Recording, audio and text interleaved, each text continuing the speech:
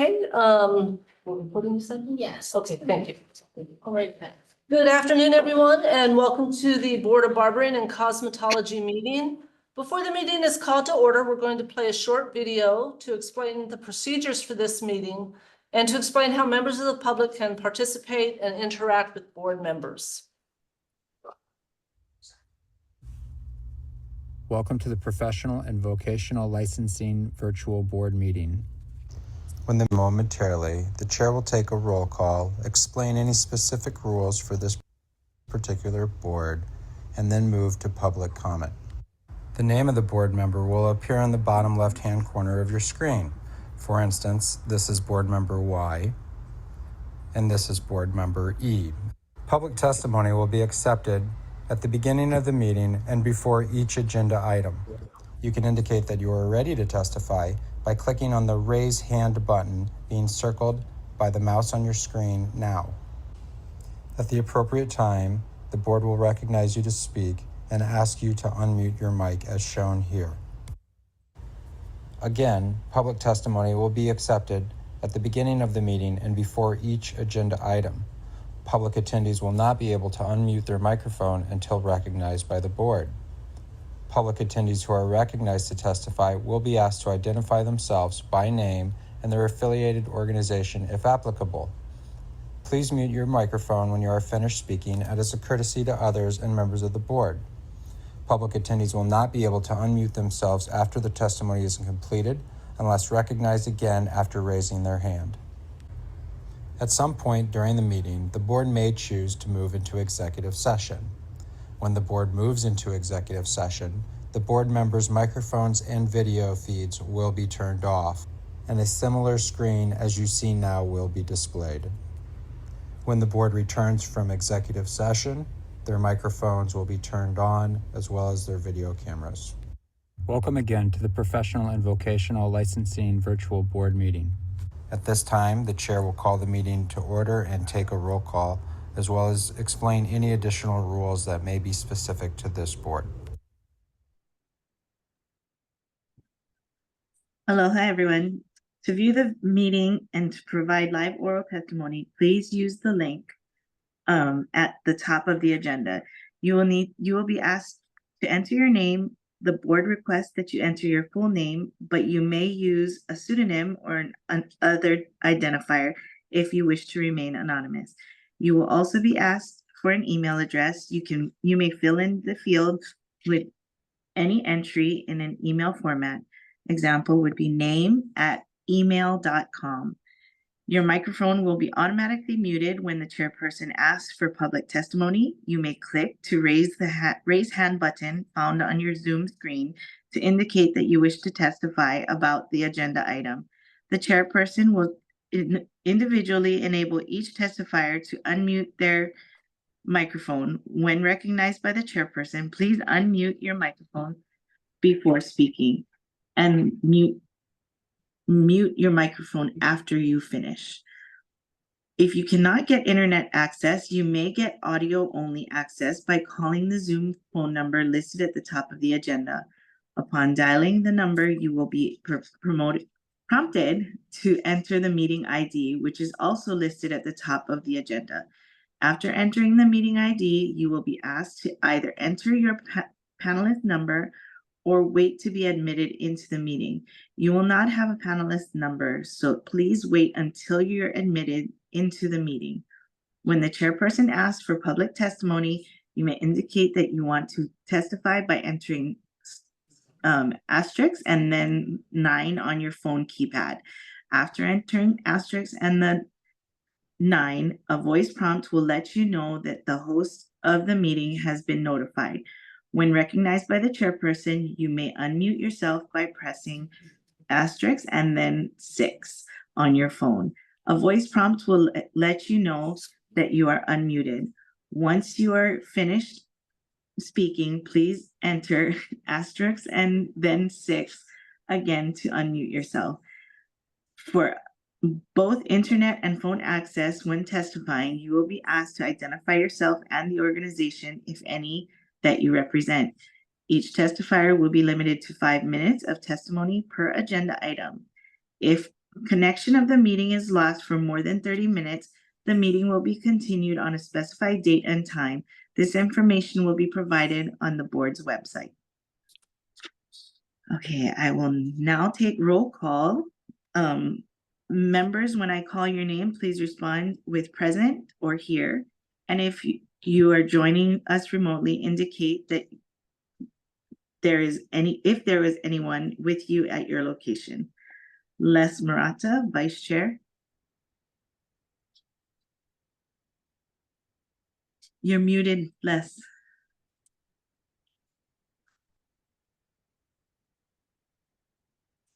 You gotta unmute. Okay, there you go. There we go. Okay, here.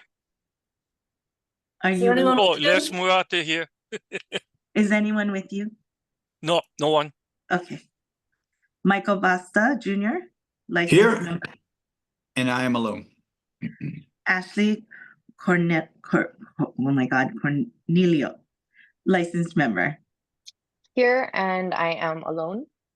Okay, and I, Raynette Hall, am here and alone. So I now call this meeting to order, and the time is 12:09 p.m. Okay. So now we go on to agenda 2. Is there anyone who would like to provide testimony on agenda item 2? Thank you, Chair. This is Johnny. We do not have anyone requesting to provide testimony. Are there any corrections or amendments to the open session or executive session minutes from August 13th, 2004? I did not have any. I don't have any. I don't have any either. Okay. Do I have a motion? I move that we approve the minutes. A second? I second. Okay. We can move on. You do have to call for the vote. There's no Oh. abstentions or objections. Okay. Are there any objections? No? Is it approved? Yes? Aye. Aye. Okay. That's not on my paper. Sorry. Okay, so now on to item 3, what is happening at the moment? Our attorney who will go over that with us has not arrived yet. So if we could take that out of order and move on to agenda item 4, we can come back to adjudicatory matters. Okay, is there anyone who would like to provide testimony on agenda item 4 applications? Thank you, Chair. Johnny, is there anyone online that wants to give testimony? No one online wants to provide testimony. Thank you. Okay, thank you, Johnny. We do have someone here in the room that would like to provide testimony, Chair. Okay. Okay, if you could just state your name and who you're with and provide your testimony. Hi, my name's William Brian Atkinson. I own Lahaina Health Company. I put in an application for my day spa to do esthetician work. I was dealing with Rhonda, and I guess she disappeared, but I got her all the paperwork that I needed. I got an email confirmation about that. I got an email back that I was deficient of where the bathrooms were in regard to where my beauty shop was. I had sent that to Rhonda, and did get a email saying that everything was good. I have a new map that of my place, but I'm looking at the agenda here and I don't see my name on there. So I want to see if you could bring that up. We got the holidays coming up. We're in Lahaina and we're starving. Okay, I'm Carrie. I'm the one Hi, that's Carrie. been working with you, sir, since Rhonda has left. We did get the new paperwork. It is not on this agenda. There's nothing on your application that would require the board to get it prior to approval. They would ratify it after it's been approved. I have sent an email to the licensing clerk that I do not see any issues with your application. I'm waiting to hear back from her to let you know that your shop is moving forward. Excellent. So it's not on this agenda. It would be on. February, If it's approved, it would be ratified at the next meeting. in and that's February? Yeah, but you can, So- but once you get the license, you can start working. You don't have to wait till February. Oh, okay, Okay. okay, yeah. Okay, so okay. it's moving right along. I I appreciate just it. didn't want to reach out to you prematurely before she had a chance to do the final Yeah. review that I said it looked fine. Not exactly premature. I've been trying for a year, but I know I make a lot of mistakes, so I apologize for that. Well, we are working on it, sir, but it's Perfect. not on this agenda. It will be on the following agenda. And the Okay. licensing clerk has been told that it appears there's no issues and she should move forward with. Excellent. Well, thank you so much. Okay, Aloha. aloha, sir. Okay. Anyone else wanting to provide testimony? May I motion to enter into executive session pursuant Hawaii Revised Statute 92-5A1 and 92-5A4 to consider and evaluate personal information relating to individuals applying for professional and vocational licenses cited in section 26-9 or both, and to consult with the board's attorney on questions and issues pertaining to the board's powers, duties, privileges, immunities, and liabilities. Can I get a second? Second. Aye, Okay. second. Okay, can we vote all to move into executive order? Yes. Aye. Yes. Okay. Okay, board members, our staff's gonna move you into a private room for executive. Those of you who've joined us, you're gonna be seeing a little slide that says we're in executive session, and we'll see you in a little bit.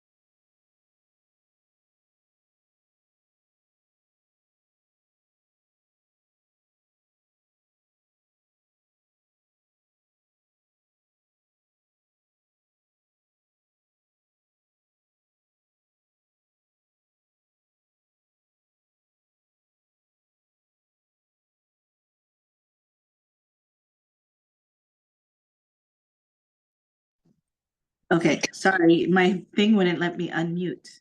No, it does now. Okay. Okay, so I need to, Vice Chair, I need to ask you to make a motion regarding agenda 4. Okay. After executive session, I move that the board approve the beauty shop licenses for 1 Beauty LLC, 2 Prem Kamai Spas LLC, and 3 in the matter of relocation application for Finesse Air, application was submitted in error. The board will refund the relocation application fee. Expansion does not require board approval, so we will leave the address for Finesse as room 206. We will also do 4, which is the ratification of we shall approve the ratification list. Any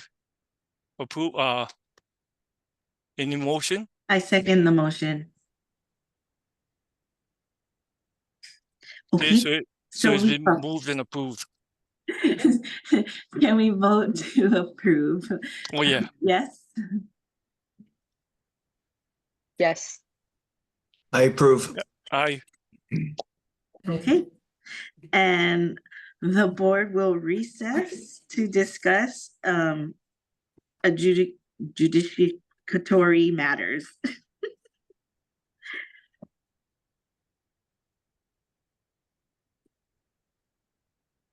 Do we have to vote for that too? No, you just recess, you just go into Okay. recess. Tech Services is moving you into a private room for recess, and then we'll be back, everyone.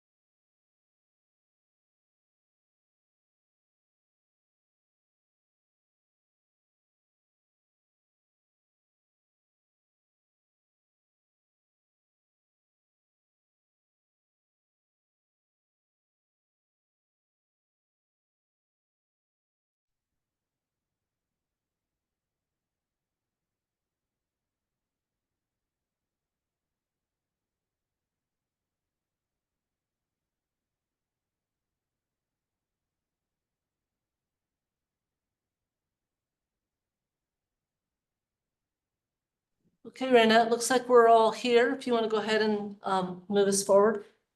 We are going executive officers.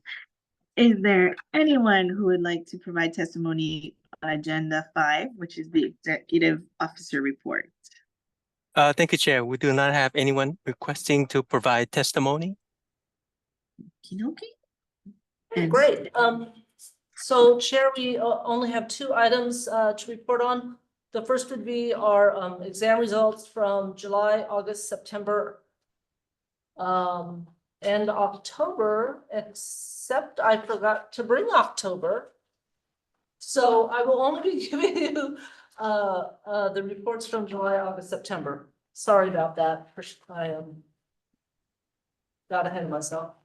These are the results from July 2024. There were 6 barber candidates, 6 passed, 0 failed. 16 cosmetology candidates, 6 passed, 10 failed. 49 esthetician candidates, 33 passed, 16 failed. 4 hairdresser candidates, 2 passed, 2 failed. There were no instructor candidates. There were 17 nail technician candidates, 9 passed and 8 failed.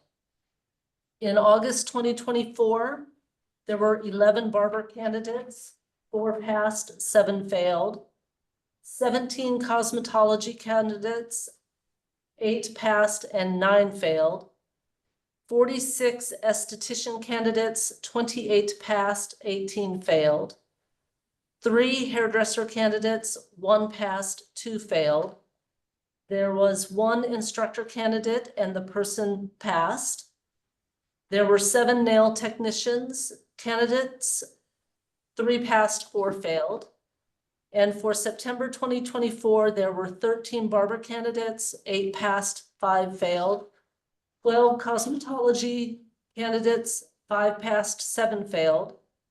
48 esthetician candidates, 26 passed, 22 failed.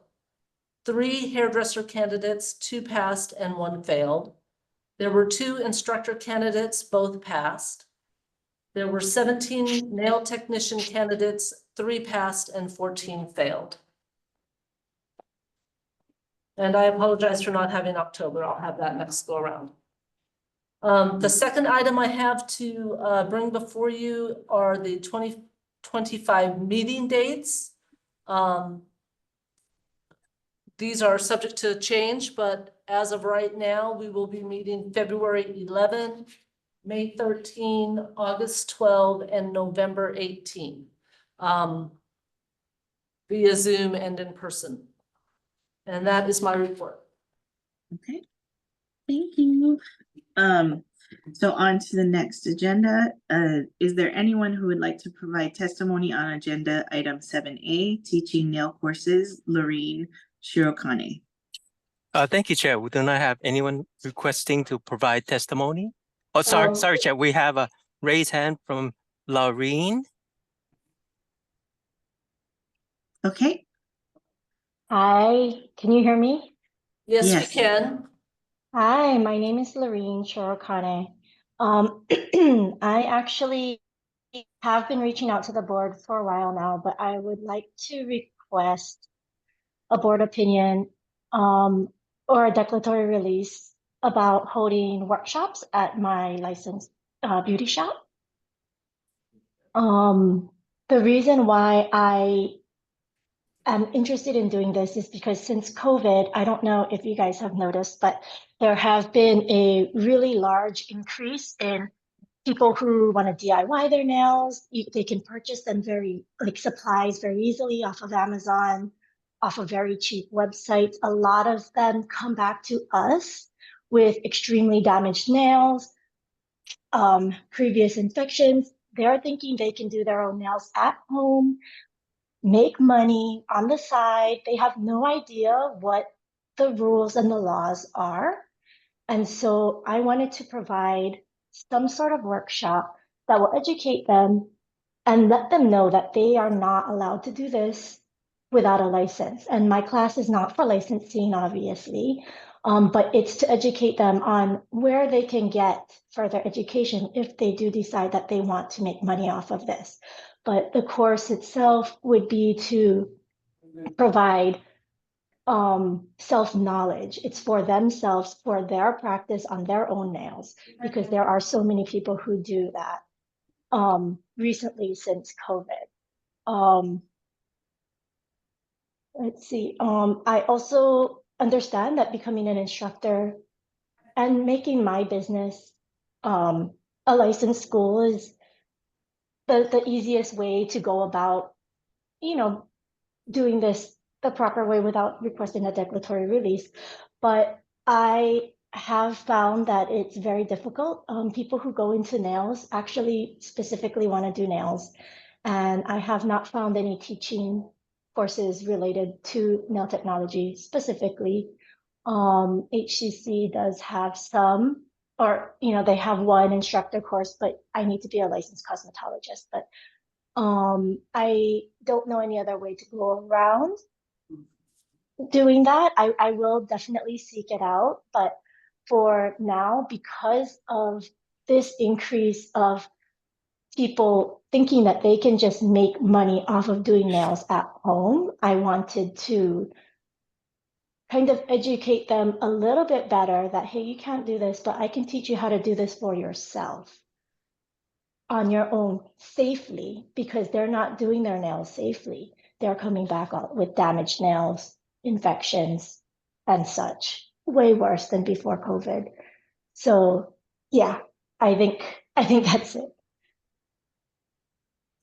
Oh, well, I can appreciate where you're coming from, but and I'm a licensed nail tech, that's one of the reasons that you advise your clients to not do their own nails and you want them to come into the salons. And I understand that there's people who are doing it on their own,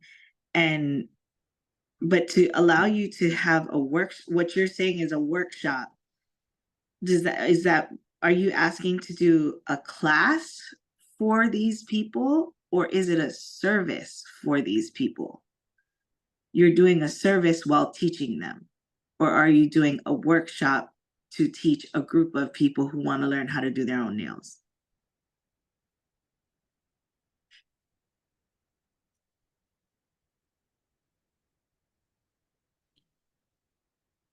Ms. Shirokani, you're Hi, muted. Yeah. sorry. Yes, I do understand that. So what are you trying to do? My question is, what are you wanting to do with because you have it as a workshop.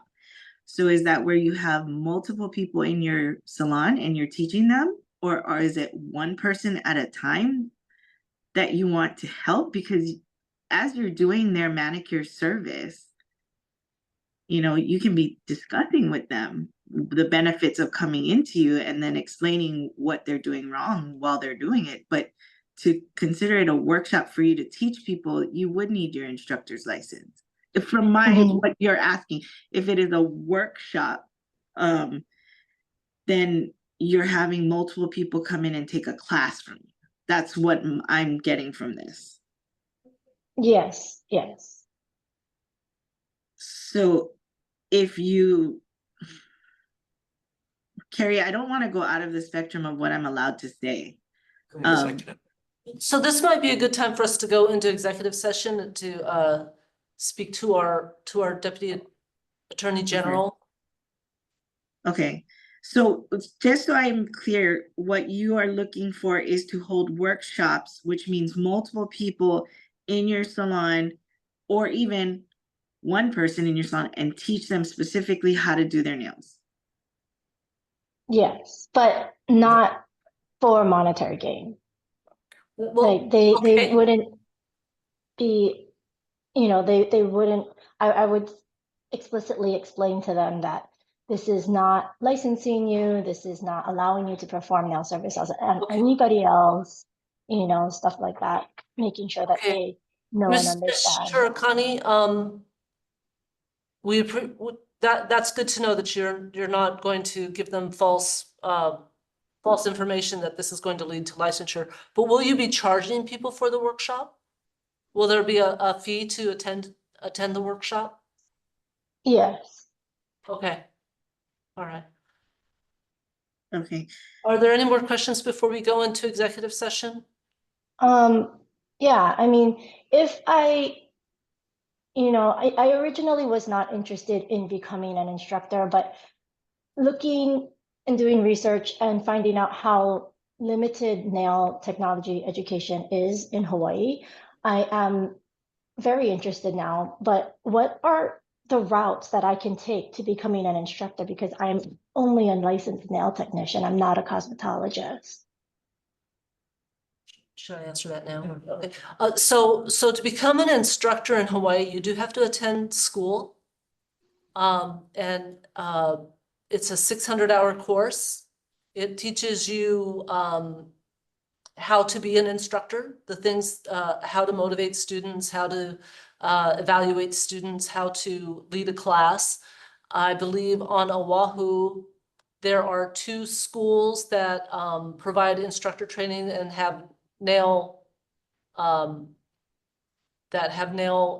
people with nail licenses that can do it specifically towards nails, but the instructor class is on how to be an instructor. It's not on how to do Yeah. nails. So I believe Yes. there's 2 now on Oahu. I'm sorry, where would that be? Honolulu Community College is one.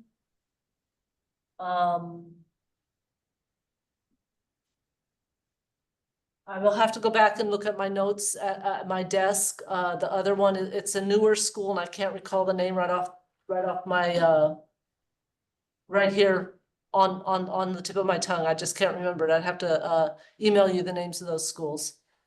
Okay, I would really appreciate that because I've already discussed with people from HCC who said that I need to be a licensed cosmetologist for 1 year before even beginning to take any of their courses,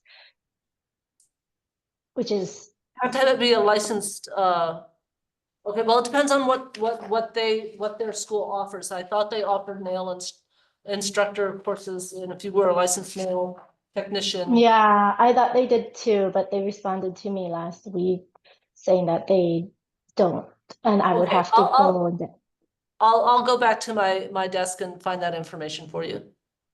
thank you. I really I don't have appreciate it at the tip of my fingers. Okay, I'd like to ask one question. Sorry. sure. Could you give us like a quick example of what you would teach them? So I created like a course curriculum already where we would go over, very basics, like how do you get licensed in the first place? What schools can you go to? Can you go to HCC? Can you go to Honolulu Nail Academy? Those are the only 2 I actually know of. I don't know of any others. And you can also apprentice, with a licensed nail salon who is accepting apprentices. And then tell them how many hours it would be, what would the cost, be around, stuff like that. And then we would talk about health and safety of nails, what an infection could possibly look like. How do you disinfect your products and sanitize them at home? What is a single-use item, stuff like that. And then a basic application of the product. Gel product is what everybody is the most interested in. So it would be basic instruction on the preparation and application of the product. But I would not teach any nipping because I know that that's the part that most people struggle with the most, even nail techs who've been doing it for years do not know what's to properly like cut. And I do not want to teach anybody to cut live skin, and I can't watch them in the future.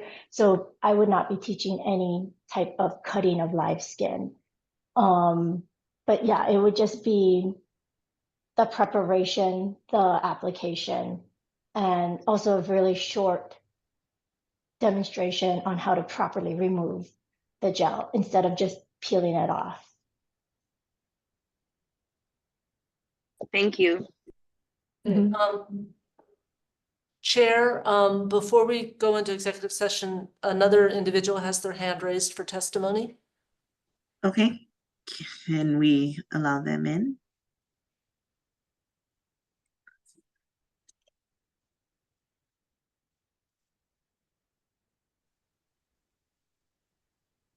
Okay, hi, can you hear me? Yes. And Okay, this is Jess Aki. I am a professor at Honolulu Community College. And it is true, we do offer a instructor trainee program here. However, we only offer a cosmetology program. And the instructor trainee, according to the board's curriculum, they must do 300 hours of shadow teaching. And we do not do 300 hours in just nails. And that's why our reply to the young lady was that we would not be able to extend our instructor training program to her. That's why we said she needed a cosmetology license, because that's the only program we offer right now. thank you, Ms. Aki. We appreciate you clarifying that for the board.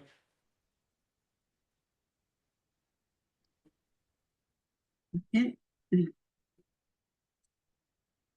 Do we, I don't know, do I go on? Yeah, let's get a motion to go into executive session. Okay, can I get a motion, or I motion to go into executive session? Can I get a second? Consult with the board's attorney. Oh. Second. What is that, Carrie? I was gonna have you do the I was gonna say, do I have to do B? Or, no, we're not gonna go on to B yet. Okay. Could you, in your motion, could you say you're moving to go into executive session to consult with the board's attorney? Sorry. no worries. I motion to go into executive session to discuss these matters with our attorney. Can I get a second? Second. Okay, can we get a vote? Yes, to go into executive, yes. Yes. Okay, thank you, everyone. We'll be going into a private room, and if our visitors will wait, we'll come back when we'll finish discussing.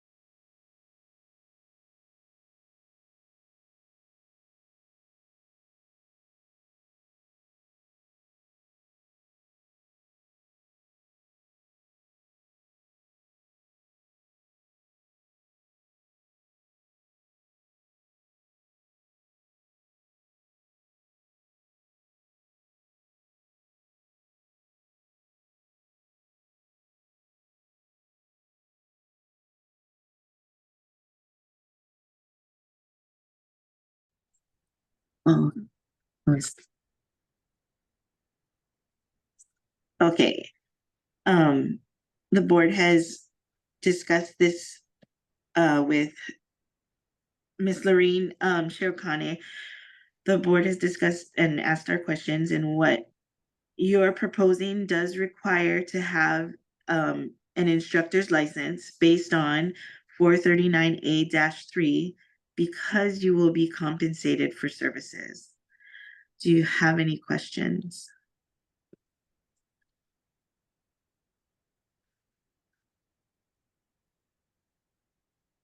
Lorene has her hand up. You're muted, Ms. Shirokane.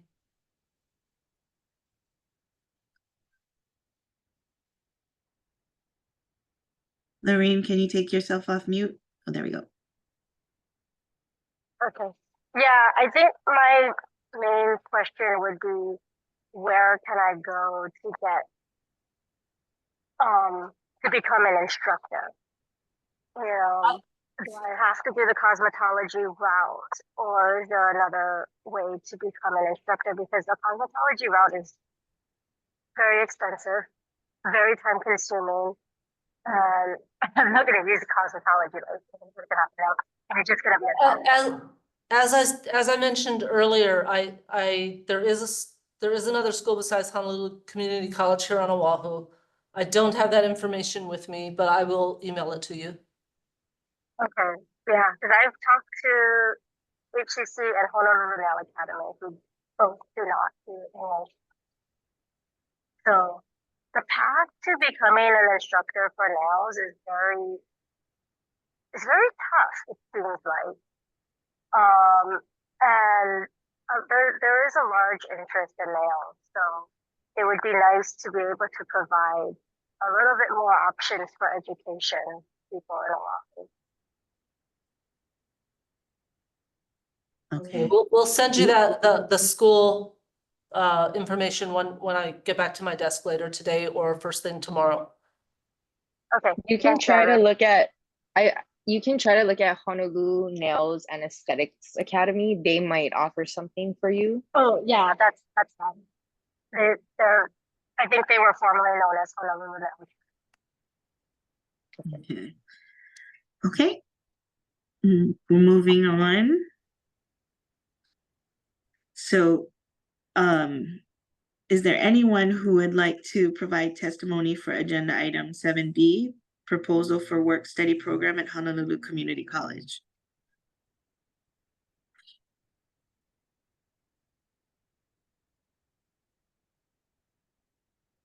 Anyone? No hands are raised. Okay. So, Never mind, there is somebody that wants to. okay.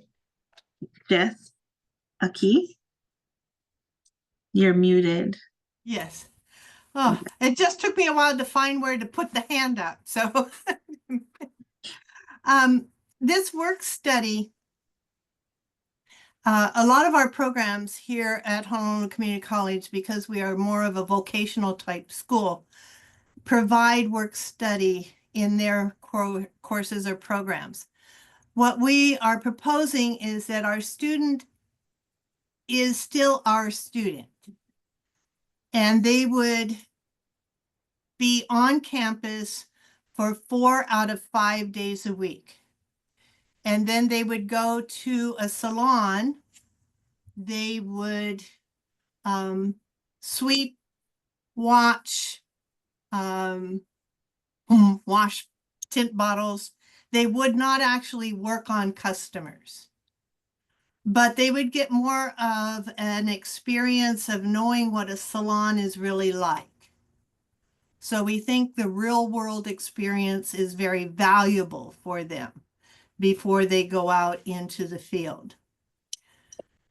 By having it as a part of an intern program or a work study program from the campus resumes all the liability. And I think in the packet that I sent, they have the program, all the forms, all the assignments. It would be considered just like any course. It will be given a grade. They must live up to certain expectations. And it would only be offered to the senior class. These are students that have reached at least 1,200 hours or more before they would even qualify for this program. They must have good attendance. They must have at least a B or higher academically. The salons themselves will be visited and approved by the faculty here at HCC and by our cooperative education department. So we've already sent some of our documents and stuff to the university legal department to see if everything is in a roll that way as far as any liability issues and things. It says that students are in a school. So here's where we feel that there might be a slight trickiness. A beauty student. When the student is in school, they are covered by a licensed instructor and they receive 1 hour, clock hour per attendance, per hour they attend. The apprentices are different. This would not be an apprentice. This would still be a student. That's where we would like to have the board's permission to do this instead of go ahead and doing it. Ms. Aki, could I ask you a question? How is, other than the fact that the individual is still paying their tuition, Right. they are reporting to the school, how are Right. they not an apprentice if they are in a shop learning to be a cosmetologist? Because that's what an apprentice is, an individual who is learning how to be whatever the beauty operator is in a shop that is working as they are learning. Right. And we had thought about that, and that would be some of the areas of what they call unassigned.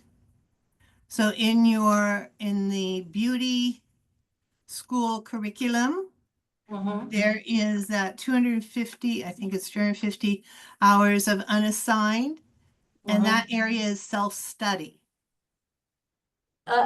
Actually, it's more in line of where do they need additional work? What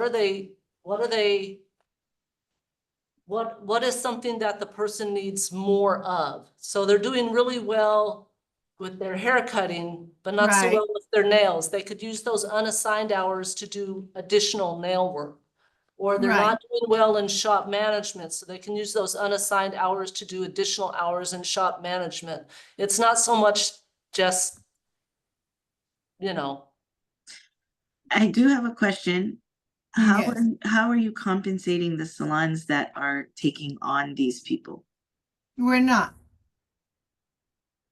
And so you found salons that will do this for you? Oh, tons of them. They're begging for people to help. Okay.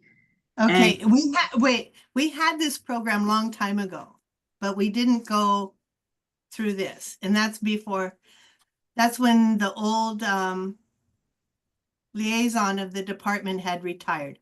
But we have had this program a long time ago. We had over 40 salons on Oahu. So they would be considered interns. Yes. Yes. Okay. But only for 1 day a week. No more than 8 hours a day. Actually, we would prefer only 7. We want them on campus from 7:30 to 8:20 for their theoretical class. And the school has already found who is liable for that. So if they were to come into the Yes, we salon, went through legal, and the school would hold all liability in that if they got injured, because it would still be as if they are in a class. And what if a client was injured? Who's liable They're for not, that? they're not allowed to really touch a client. They're So going they're to seniors, wait, I'm sorry. They're seniors. Right. They've done all their theoretical training. They're B students. they're going out 7 hours a week to sweep floors and wash and do their shop management, basically? Yes. But it's to put them in a real world situation. We have a clinic floor where we do the public, but it's still not the same as a working salon. They can answer phones, they can do reception work, but they cannot touch a client. They're not licensed yet, and nor are they registered as an apprentice. We understand that, but we want them to have somewhat of a real world experience.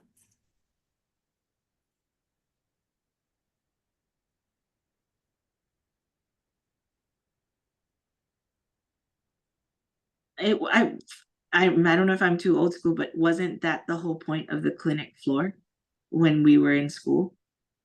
That and to do practice for your hours, yes. And we would do services on people who knew that we were at school, knew we were doing these things, and we were supposed to be acting as if it was a real salon. So that is your real world experience. I'm still, yeah, I know, but it's still not the same. And because we're part of the university system, there's some parts of a salon we're not allowed to do. We cannot retail.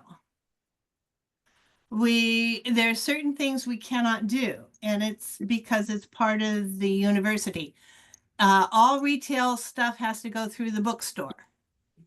And that's just the constraints of the university system. So they could see stylists recommending products to their clients. They could see how inventory of retail products is done.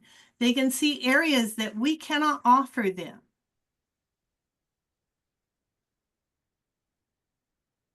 Okay. And when were you folks doing this before? What years was that? Oh my gosh, I would have to go back in the 80s, 90s. I was gonna say we'd have to go way back, but we found in the archives a list of some of the salons. But yeah. So we're basically having to start from scratch again.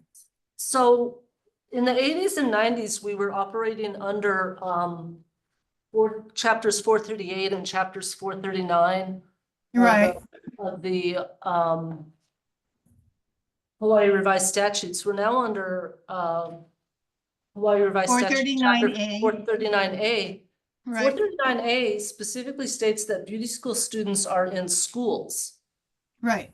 And that apprentices are in shops. Right.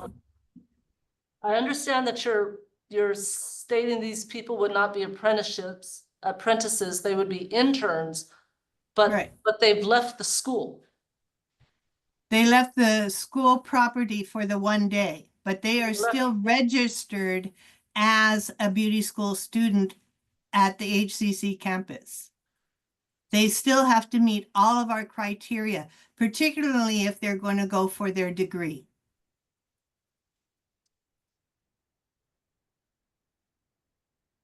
Are they being financially compensated because it is a work study program for tuition for school as well?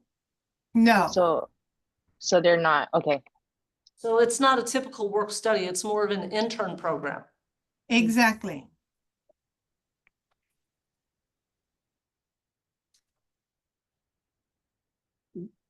I was muted. You know, this is common practice in a lot of states. I was licensed in Philadelphia and in New Jersey as well. And they had a program where you were a senior in school, you were able to go in for the day. And if someone you needed like an assistant, you were going assistant, you would receive hours. And there's a big difference between a salon environment and a school clinic. There just is, you know. So this is a way to prepare the student, you know, almost psychologically, you know, to get used to work in that type of environment, you know, and it's really good for the salon and the business as well. And the fact in that they're building relationships with these salons. The salons are getting possibly potential employees down the road, you know, and maybe we're directing some people to, you know, not completely go out on their own, you know. It's just, there's a lot of benefits to it, but it is common practice in a lot of states. I do like it. I'm not opposed to it because as a salon owner, my only concern is liability. Right. Well, they said And that's that, why, yeah. I'm sorry. that's why we sent it through legal. Is Oops. because, and the salon owner is under no obligation to hire that student. And the student is also not under obligation to work for that owner.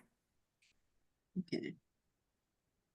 And are there legal, this is the business owner in me, does the college, does UH give us a contract stating that all liability is under these folks? Yes, And there's a packet that goes to the salon owner, and it spells out what the responsibilities are and where the liabilities lie. And the students also receive a syllabus of what's required of them and their responsibilities, such as showing up on time, filling out their paperwork, writing out an essay in midterm. So it is a course, it's a class. So I have a couple of questions. Sure. Folks are not allowed to be in shops without identification. But our statutes spell it out very clearly. Apprentices have to have a badge. It has to say, my name is so, I'm an apprentice. They have to have their apprenticeship registration up on the wall so people know that there's apprentices working there. What identification would the students have? How is the board being notified that we've got X number of students in shops doing this class? How do we know that the students are only sweeping, doing retail, shadowing, that they have that the shop owner didn't get busy and say, hey, go ahead and do those nails. You're a senior. You know, let me see how you're doing. What are you doing? Let me show me. How do we know that unlicensed practice is not happening in the shops? How do we identify the students for the public and for Rico, who's going in to see who unlicensed people are in the shop and might be citing the shop? I understand your concerns and your questions. And there was a couple of shops that were taking advantage of our students in the past. And we jerked the program away from them because we do check up on them. Because one thing is we want to protect our students. This is an educational facility, HCC. So we want to protect the integrity of the program. In order to do that, we cannot just say, here you are, and leave them alone.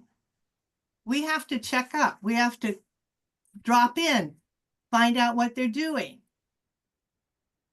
Now, as far as identification, we haven't really thought that much about it because, first of all, we couldn't even find an application for an instructor trainee that's supposed to be registered with the board under a licensed cosmetology instructor, even though the law says they're supposed to. But there's no form. So I'm sure that we would be able to come up with some kind of form or some kind of a notification for the board.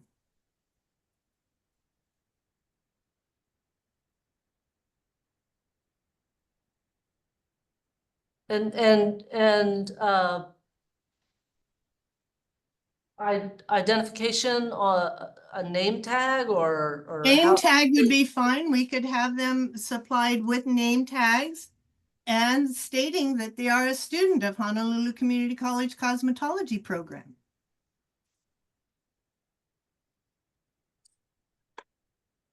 Just as the instructors have to have their full name and their classification on their name tags.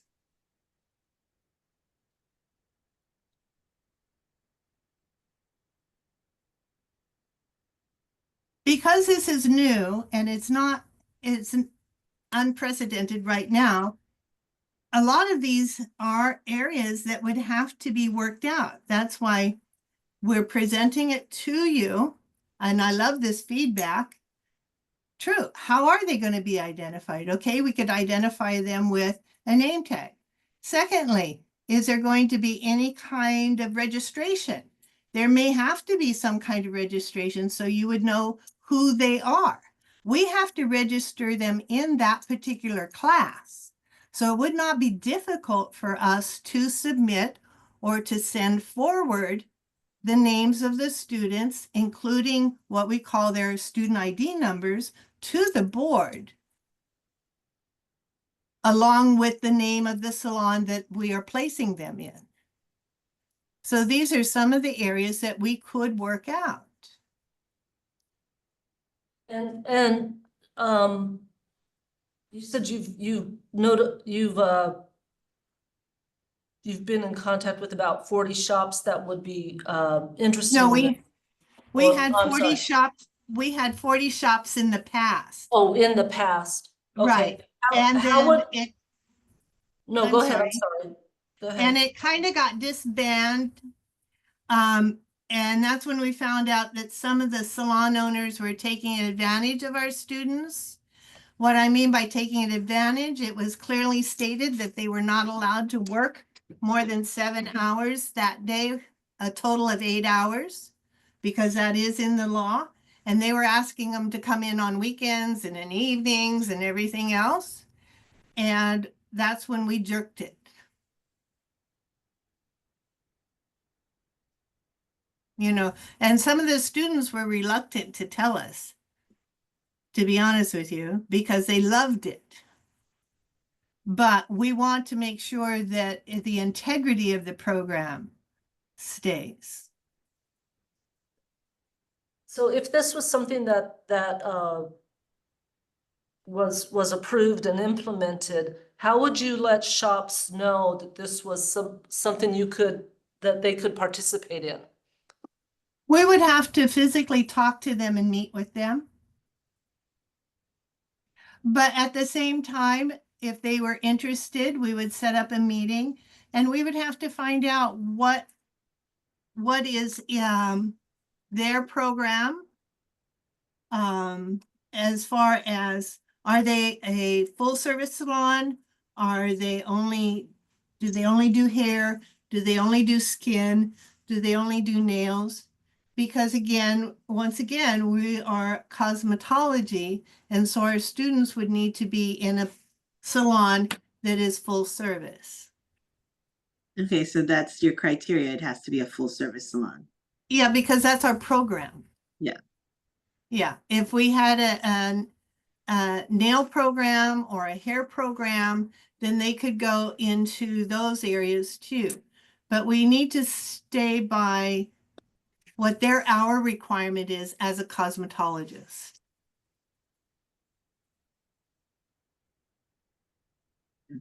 And these hours for this particular class, Is 45 hours. 45 hours for the semester? Yes. It's not a lot of hours. Yeah, and where would you put those hours on the transcript? Where would it be shop management? Yes. Okay. Those hours would go towards shop management and not towards any other portion of the hourly requirements. No. Because it's going to be an elective. Okay. And the reason we need to make it as an elective is because not all students are going to meet the prerequisites. And so we already have a course. It's called Cosmetology 43, and it is salon business. So in our catalog, it would be Cosmetology 43 salon business or this internship.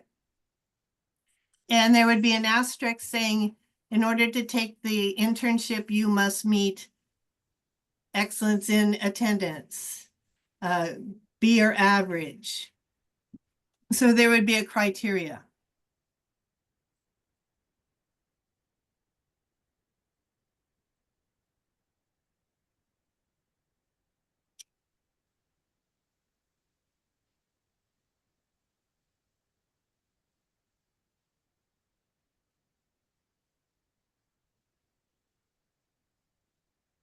And when would you, in the best of all possible worlds, if everything was put in place and all the questions answered to satisfactory, and we found out that it was in line with our statutes and administrative rules, when would you like to implement this? Well, as you know, the state is a rather slow-moving machine. I don't know any other way of putting it. So that the best possible time would be next fall. Fall 2024 or fall 2025? Fall 25. 25. In the best possible world, because not only do we have to have it approved by you guys, we also have to have, well, it's already gotten approved by our curriculum action committee.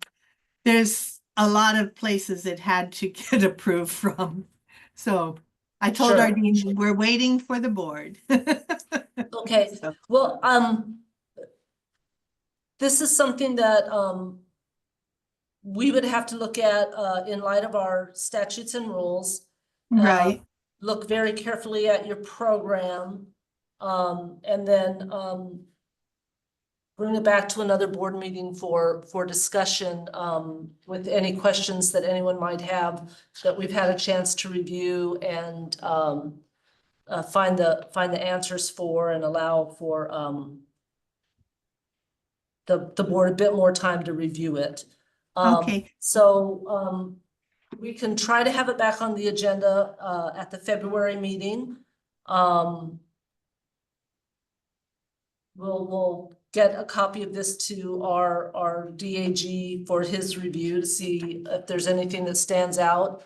And we will take this under consideration again. We'll table it at this meeting to see if it's something that we can do, or if with some modifications perhaps we could do, or if it's just doesn't fit into our the way we have our program set up at the moment. So if that's okay with you, we'll table this until February, when we can have a thorough read through and see if there's questions that we need answered that we didn't ask today. No, that would be fine. And in the meantime, I'm going to take you up on your suggestion on writing up some criteria of how the student would be identified in the salon for Rico to come in and know that that is a student from Honolulu Community College, and perhaps some type of form that would continue the flow of how you would be notified of what students have met the criteria for this program.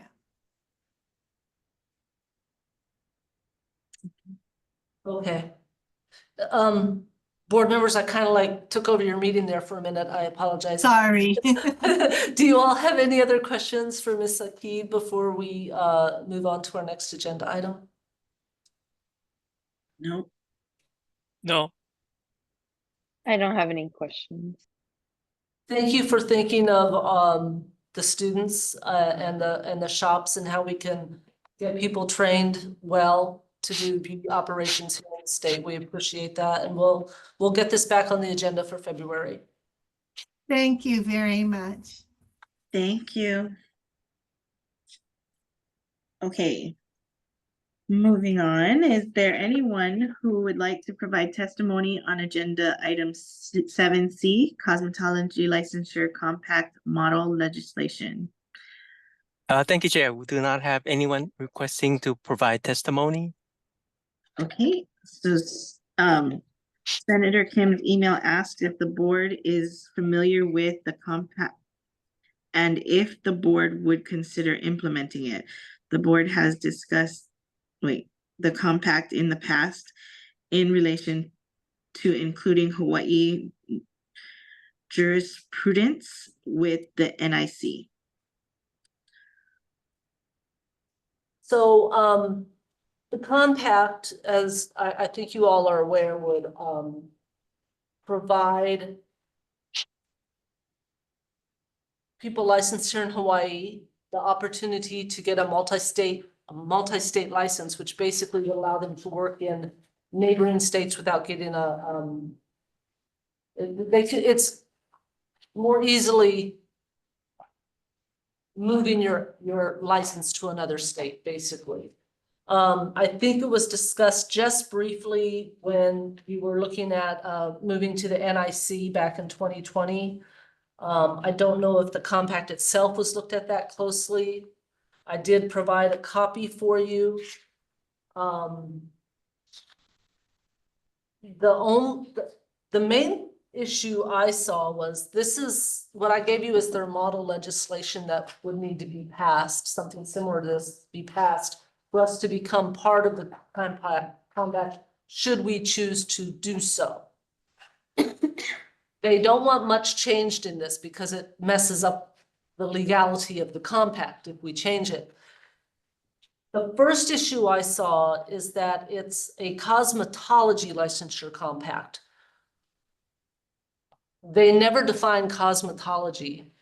In Hawaii, we do. We have beauty operators in Hawaii.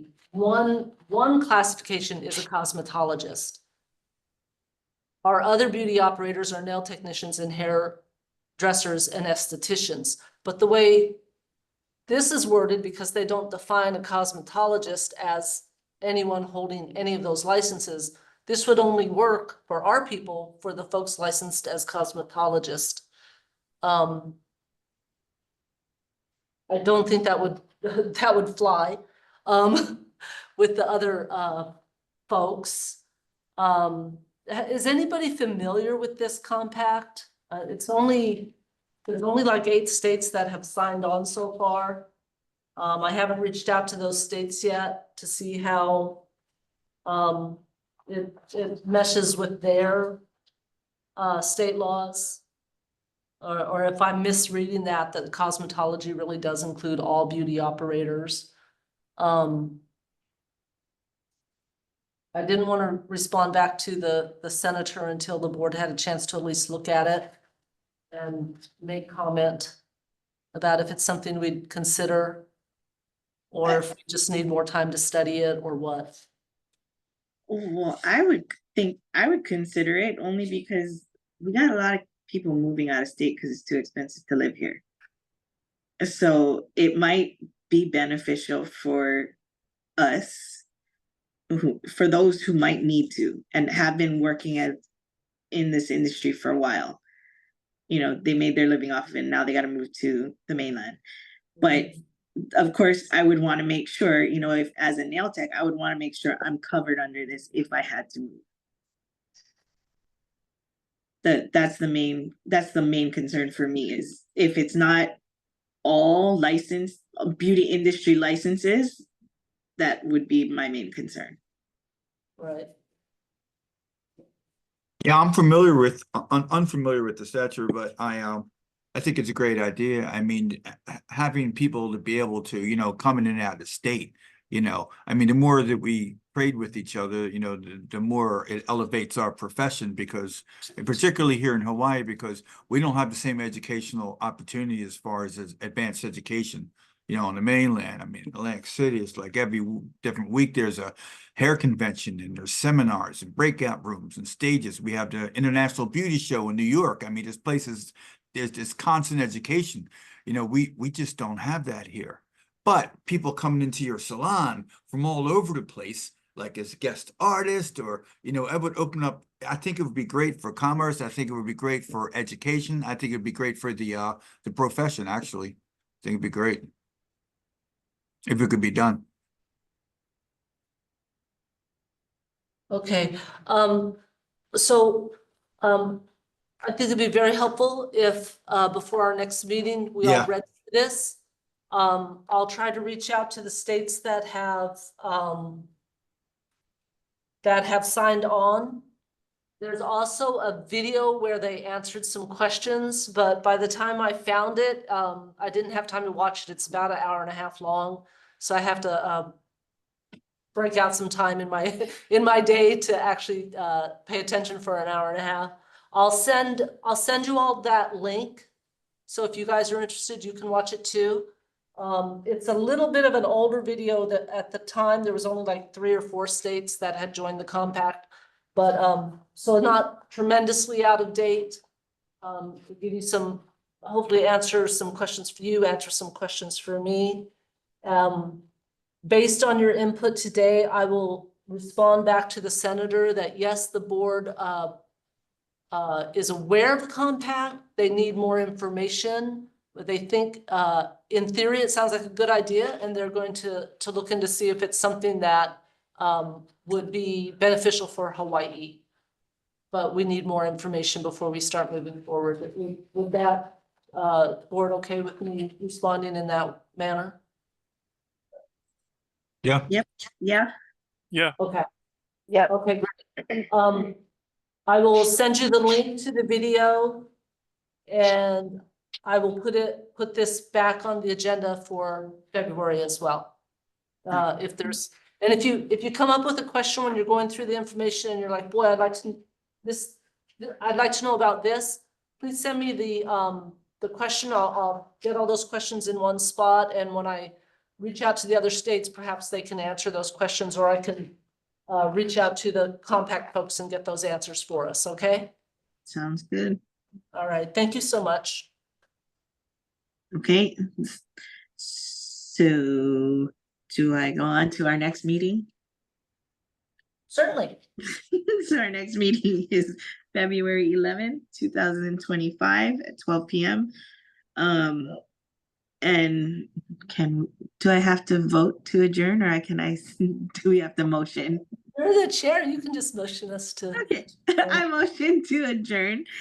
Do I have a second? Second. Okay, we all agree to adjourn? Yes. Okay. All right, the meeting has adjourned at, what time is it?